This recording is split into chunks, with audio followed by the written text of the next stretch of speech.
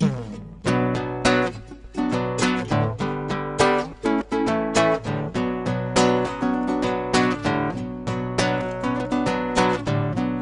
لها ليه خايفة يا بنت انك في يوم ترتبطي بيا،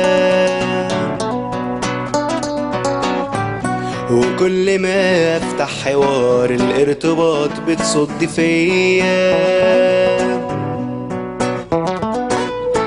قالت لي بصراحة خايفة معاك ما حسش براحة، اصلك ظابط واللي زيك شغل واخده،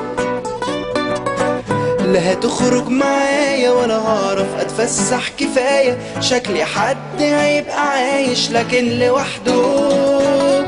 وبدل ما تجيني شايل في ايدك وردة، هيبقى في دارك طبنجة وقاعد على وضع استعداد، شكلها جوازة أونطة.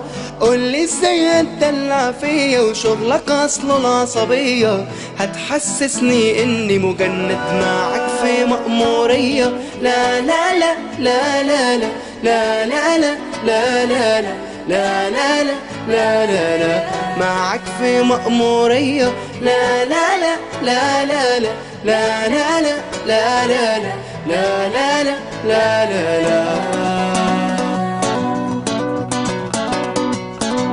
قلت لها صحيح انا شغلي صعب وطول اليوم شايل ضغوط، وغصب عني مناسبات كتير هكون فيها مش موجود، لكني اكيد الساعة اللي هقضيها في البيت هتخليني انسى همي طول اليوم. هدلع فيكي هاخدك من ايدك اوديكي، نفضل نضحك لحد ما يجي وقت النوم، وهجيلك كل يوم وفي ايدي وردة، وهبقى سايب الطبنجة ومش هنفكر في اللي فات، هنفكر في النهاردة.